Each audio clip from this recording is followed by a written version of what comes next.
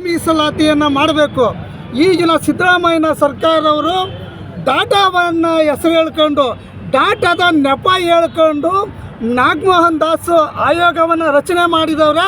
ನಾಗಮೋಹನ್ ದಾಸ್ ಅವ್ರಿಗೆ ಡಾಟಾ ಎಂಟ್ರಿನೇ ಕೊಡ್ದಿದ್ದಕ್ಕೆ ಅವರು ಒಳ ಮೀಸಲಾತಿ ಹೇಗೆ ಮಾಡ್ತಾರೆ?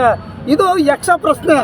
ನಾನು ರಾಜ್ಯದ ಮುಖ್ಯಮಂತ್ರಿಗಳಿಗೆ, ಸಮಾಜ ಕಲ್ಯಾಣ ಸಚಿವರಿಗೆ ಮತ್ತು ಕೆಲವು ಸಚಿವರು ಏನಿದ್ರು, ನಾನು ಇವತ್ತು ರಾಜ್ಯಾದ್ಯಂತ ಎಲ್ಲ ಜಿಲ್ಲಾಧಿಕಾರಿಗಳ ಕಚೇರಿ ಮುಂದೆ ಪ್ರತಿಭಟನೆ ಮಾಡೋದ್ರ ಮೂಲಕ ಮಾದಿಗ ಸಂಘಟನೆಗಳು, ದಲಿತ ಸಂಘಟನೆಗಳು, ಪ್ರಗತಿಪರ ಸಂಘಟನೆಗಳು ಇವತ್ತು ಹೋರಾಟ ಮಾಡ್ತಾಯಿದ್ದಾರೆ.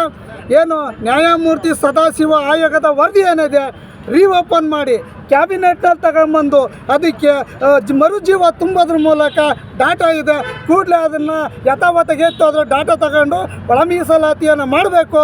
ಇಲ್ಲ ಅಂತಂದರೆ ಈಗಾಗಲೇ ಕಾಲಾವಕಾಶ ಮುಗಿದೋಗೈತೆ, ಇಲ್ಲಾಂದರೆ ಉಗ್ರವಾದ ಹೋರಾಟವನ್ನು ಮಾಡ್ತೀವಿ ಅಂತ ಹೇಳಿ ಈ ಸಂದರ್ಭದಲ್ಲಿ ನಾನು ಮಾನ್ಯ ಮುಖ್ಯಮಂತ್ರಿಗೆ ಒತ್ತಾಯ ಮಾಡ್ತಾಯಿದ್ದೀನಿ.